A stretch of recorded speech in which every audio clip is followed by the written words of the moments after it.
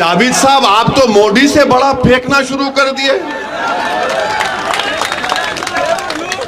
अरे आप बताइए कि कितने, उन्होंने कहा कि मैंने 5 साल में 1.5 लाख किलोमीटर पैरों से चला है। अरे वो बोल रहे हैं, झूठ क्यों बोलेंगे? बोल रहे हैं रोज 150 किलोमीटर चले हैं जावेद साहब, मगर वजन तो कम नहीं हुआ, मोटे ताजे नजर आते हैं। जावेद साहब, झूठ बोलने की भी कोई सीमा रखिए। हाँ, आप ये कहिए कि मैं झूठ में मोदी का मुकाबला कर रहा हूं, तो हम समझ सकते हो इस बात को। अब जब चलने की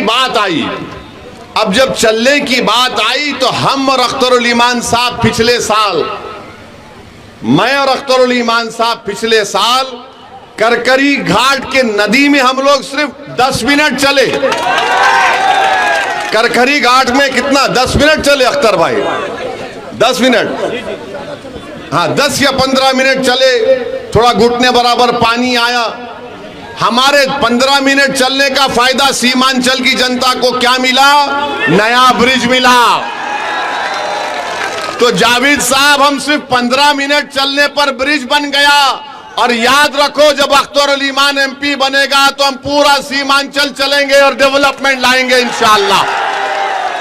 मास्टर सिर्फ पैसे बांट सकता है, मास्टर के पास बहुत पैसा है, मगर याद रखो, जो पैसे देता है वो निकालना भी जानता है।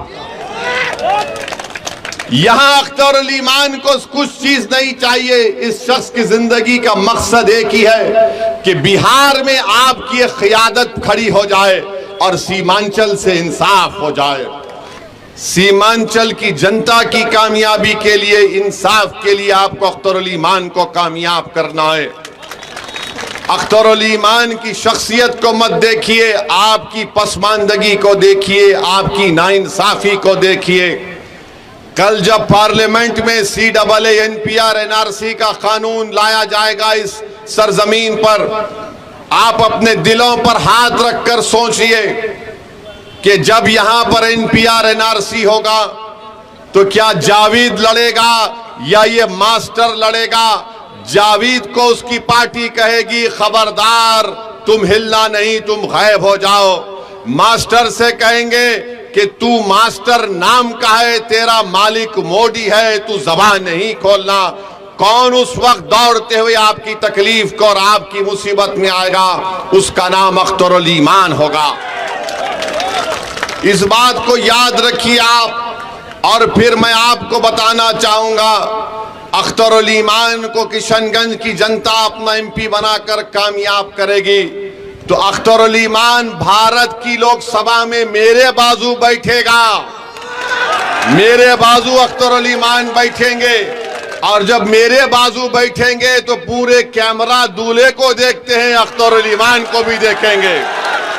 जावेद को आपने बिठाया, मगर जावेद कहीं नजर नहीं आते हैं।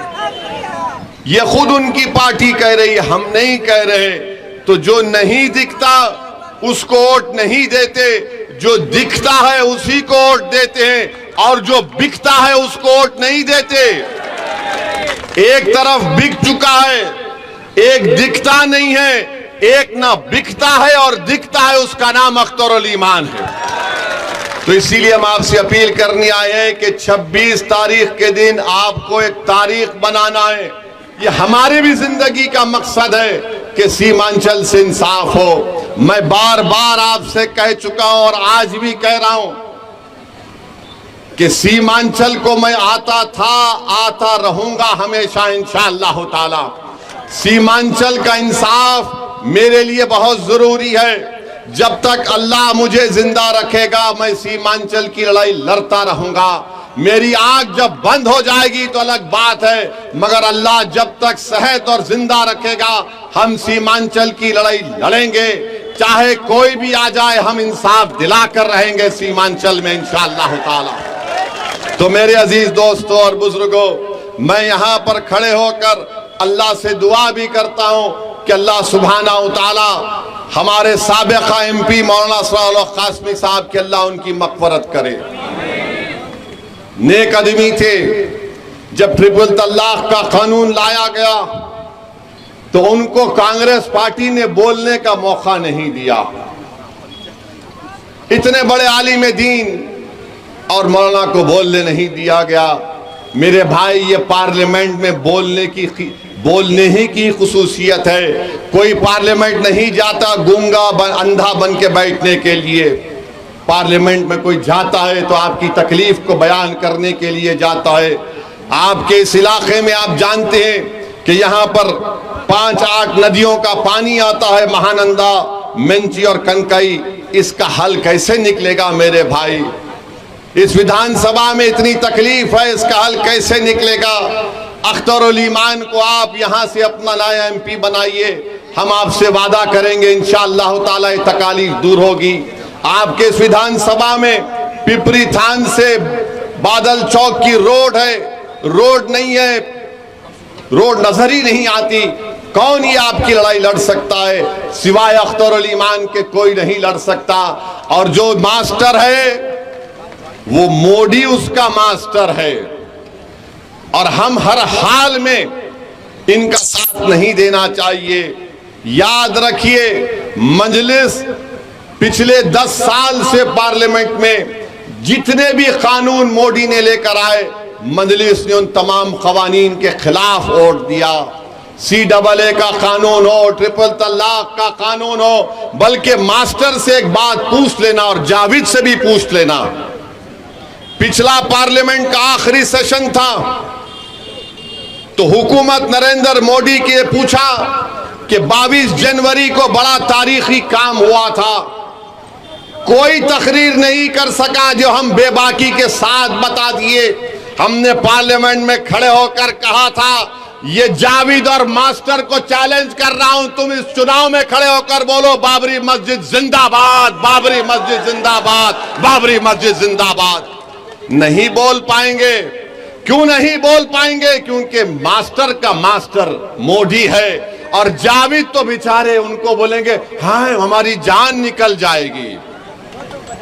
ये काम हमने किया पार्लियामेंट में खड़े होकर। सबने हमसे पूछा तुम्हारी हिम्मत कैसे हुई? हमने कहा हिम्मत का मामला नहीं है, ज़रफ का मामला है। हिम्मत का मामला नहीं है। जिसका ज़मीर जिंदा होगा वो नाइंसाफी को नाइंसाफी कहेगा।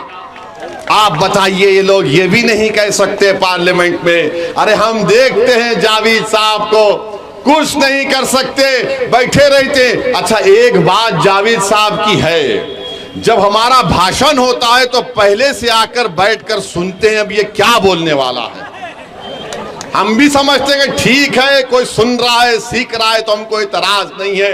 मगर इतना हमारा भाषण सुने तब भी मुंह में जबान नहीं आई, तब भी मुंह में जबान नहीं आए। हम तो समझ रहे थे कि हमारा भाषण सुनकर जावेद साहब भी एक मर्तबा कुछ बोल देंगे, मगर नहीं बोले। नहीं बोल सकते मेरे भाई। इन गरीबों की तकलीफ अपने सीने में महसूस करना पड़ेगा, नाइंसाफी को महसूस करना पड़ेगा, जुल्म को महसूस करना पड़ेगा, तभी तो जबान में तकलीफ निकलेगी, वो बेबाकी से अल्फाज निकलेंगे। तो आपसे एक ही गुजारिश है कि 26 तारीख के दिन आप लोग सुबह के वक्त अपना एक वोट का इस्तेमाल करिए, अख्तरुल ईमान को कामयाब करिए। किशनगंज की पार्लियामेंट की सीट से अख्तरुल ईमान को कामयाब करिए। हम आपसे वादा कर रहे हैं कि अख्तरुल ईमान को भी हम कहेंगे कि इनकी कामयाबी के बाद जितने विधानसभा किशनगंज पार्लियामेंट में आते हैं वहां पर अख्तरुल ईमान एक दफ्तर एक ऑफिस खोलेंगे।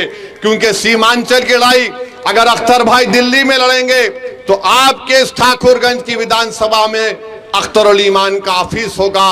वहां पर एक लड़का बैठेगा, आप कभी भी आकर अपनी तकलीफ को उसको बयान करेंगे ताकि आपके एमपी को मालूम हो सके। ये हम आपसे वादा करके जा रहे हैं। हम आपसे ये वादा नहीं कर रहे हैं कि अख्तरुल ईमान 1.5 लाख किलोमीटर चलेंगे। अख्तरुल ईमान चलेगा जरूर, और आपको भी साथ में चलना पड़ेगा इंशाअल्लाह ताला। हम आपको बता रहे हैं आने वाले महीनों में इंशाअल्लाह ताला विधानसभा के चुनाव से पहले अगर आप हमारे साथ चलने को तैयार हैं तो पूरा सीमांचल चक्का जाम किया जाएगा। मोदी याद रखो, तुमको बताएंगे यहां पर घुसपैठी नहीं, यहां पर इंसान रहते हैं। अरे तुम सबका साथ सबका विकास की बात करते हो, तुम विकसित भारत की बात करते हो, मगर सीमांचल को तुमने नजरअंदाज करके रख दिया। 10 साल में तुमने एयरपोर्ट नहीं बनाया, तुमने कोचादामन में रेलवे स्टेशन नहीं खोला, तुमने बहादुरगंज में डिग्री कॉलेज नहीं खोला। तो मेरे भाई, लड़ने वालों की जरूरत है और अख्तर अली ईमान सबसे बेहतरीन आपका उम्मीदवार है। मैं पूरी सीमांचल की जनता से अपील करता हूं, किशनगंज की जनता से अपील करता हूं कि एक होकर आप लोग अख्तर अली ईमान को कामयाब करिए। याद रखिए, बीजेपी अगर दोबारा इख्तिदार में आएगी तो बीजेपी भारत के संविधान को और आइन को तब्दील कर देगी।